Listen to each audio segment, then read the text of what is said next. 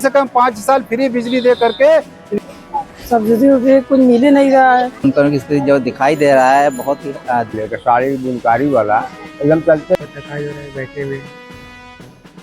चलिए आज मैं कोटवा में हूँ, कुछ बुनकरों से बात की जाती है, जैसे जो समस्याएं चली है, जैसे तो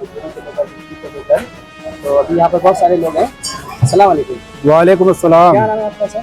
मैं अनवर सागर। आपके साथ जो आजकल जो मजदूरी को लेकर बहुत समस्या चल रही है, तो क्या यहाँ पर भी है कोटवा में?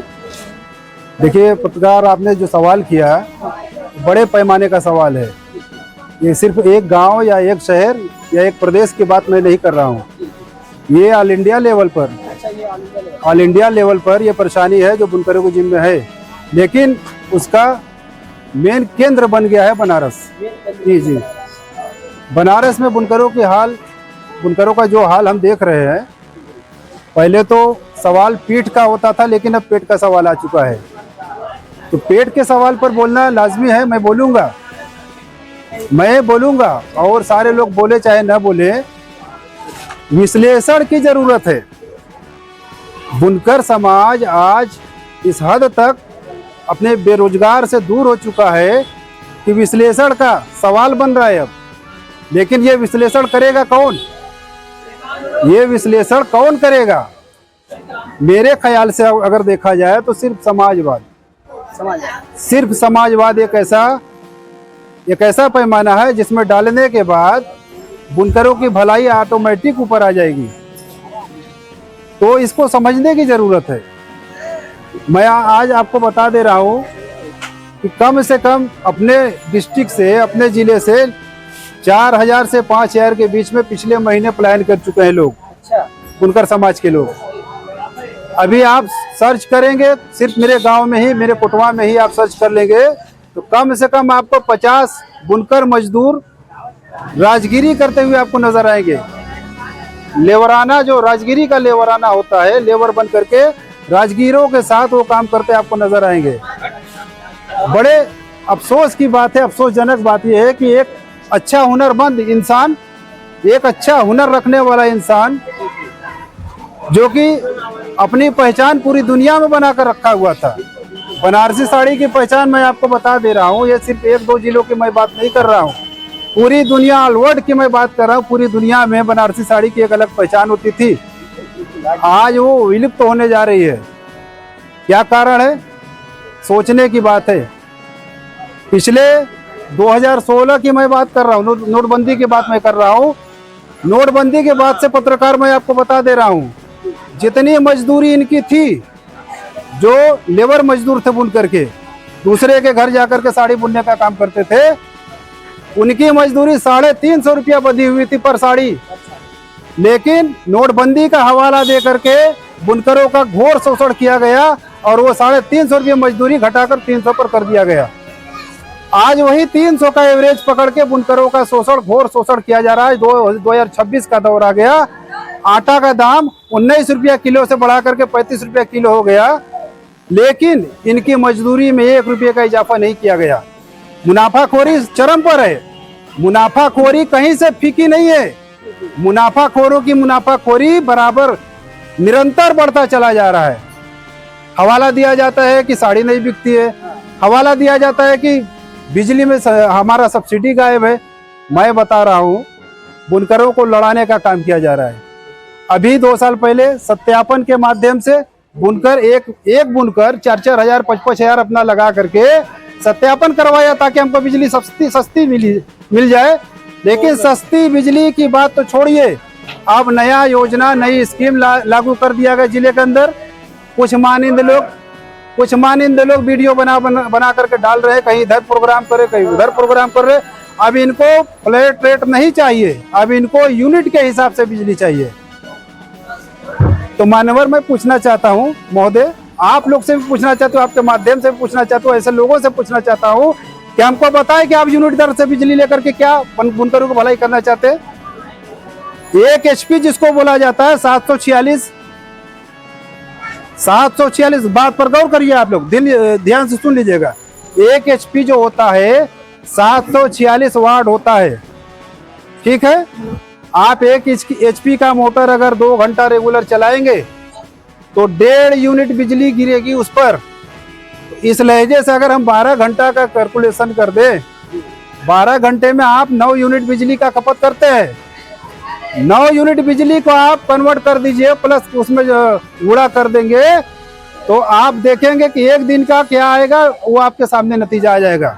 9 यूनिट बिजली का ये लोग डिमांड कर रहे हैं कि 2.5 रुपया पर यूनिट हमसे सरकार ले, लेकिन मैं अपनी तरफ से सरकार से मांग कर रहा हूं, मुझे यूनिट दर नहीं चाहिए, ना मुझे सब्सिडी चाहिए, मुझे सिर्फ और सिर्फ फ्री बिजली चाहिए, ताकि ये मरे दबे कुचले बुनकर पुनः जीवित हो सके, इनकी अस्तित्वता जो है ये फिर से बरकरार हो जाए, इनकी पहचान फिर से बरकरार हो जाए। मैं हमेशा के लिए तो नहीं कहूंगा सरकार से, लेकिन मैं ये भारत सरकार से प्रदेश सरकार से मैं अनुरोध कर रहा हूं कि इनको कम से कम 5 साल फ्री बिजली दे करके इनकी जिंदगी को लाइन पर लाने का काम किया जाए। मैं सरकार से अनुरोध करता हूं। धन्यवाद साथी। सलाम अलैकुम। वालेकुम सलाम। और क्या नाम आपका? मेरा नाम मोहम्मद जैनुल आबदीन। जैसे कि यहाँ पर बुनकरों की स्थिति क्या है इसमें? बुनकरों की स्थिति जैसे कि अभी अनवर भाई ने बताया है और बहुत बढ़िया बोले हैं वो। मैं समझता हूँ कि बुनकरों की स्थिति जो दिखाई दे रहा है बहुत ही दयनीय है और ख़राब है। और ख़राब इसलिए है कि यहाँ के लोग जो जितने बुनकर हैं उसमें बहुत ज़्यादा अधिकांश लोग जो है तो पलायन कर रहे हैं यहाँ से, क्योंकि इनकी कारोबार बढ़िया चल नहीं रहा है, इसलिए पलायन कर रहे हैं। तो इससे पता चलता है कि इनकी स्थिति बहुत ख़राब है। तो जैसे अभी कोटवा बनारस से जैसे कितने लोग गए होंगे, अभी कुछ अंदाजा होगा आपको? मैं कैलकुलेट करके मतलब नहीं बता सकता, लेकिन मतलब हर एक मोहल्ले से मान के चलिए कि 50-50 लोग 50-50 लड़के हैं यहाँ पर जो है, तो मान के चलिए कि लगभग 200 से 250 लड़के यहाँ से प्लान किए हुए हैं और जगह पे रोजगार के लिए। चलिए अभी कुछ लोगों से और बात की जाती है, यहाँ के क्या हालात है, क्या कंडीशन है।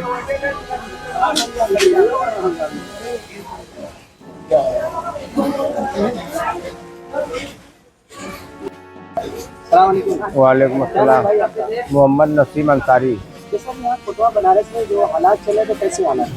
एक वक्त हालात तो देखिए एकदम नाजुक हो गया, मार्केट से लेकर साड़ी बुनकारी वाला एकदम चलते नहीं हो, देख लो तो दुकान लगल हो। तो अभी आप पहले क्या कर रहे थे? इससे पहले बुनकारी कर रहे थे। तो क्यों बंद कर दिए? बाजार चल ही नहीं रहा है। मतलब बाजार कितना भी तो खराब नहीं, मतलब अरे इतना खराब, मतलब तबीयत भी खराब हो गया। हमारे गिरफ्तार जो थे वो मदद कुछ किए तो भाई तबीयत सही हुआ, तो बिनाई नहीं लगा रहे हैं, तो यही पे बैठे हुए हैं। और कुछ लोग पहले मजदूरी को लेकर मजदूरी बहुत धीरे धीरे कम होती चली जा रही है। अब जैसे चलेगा नहीं तो क्या होगा, जब चलेगा नहीं कम के बिकेगा तो कम होगा, यही हो रहा है। तो अभी आप दुकान लगाए हैं तो उसमें कुछ नहीं उसमें कुछ है नहीं, सिर्फ 50 रुपये 60 रुपये बस, यही बस खर्चा निकल रहा है। हाँ बस।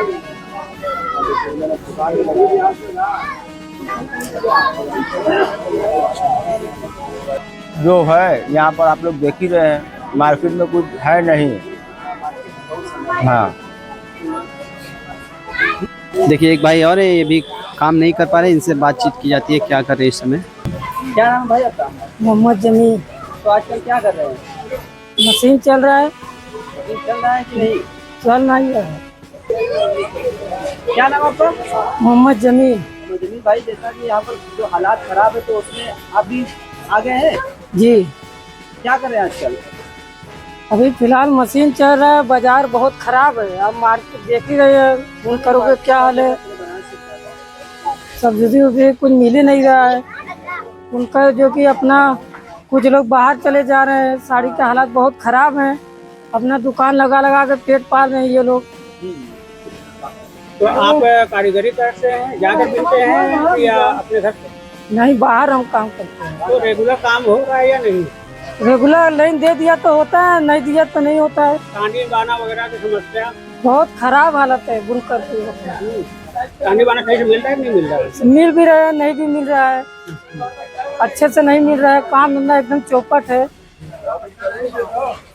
और मजदूरी टाइम से मिल रहा है नहीं? मजदूरी नहीं मिल रहा है। तो आप लोग मजदूरी बढ़ाने के बोलते हैं या नहीं बोलते? मजदूरी बढ़ा कर क्या करें, जब मिल ही नहीं रहे तो कैसे बढ़ेगा।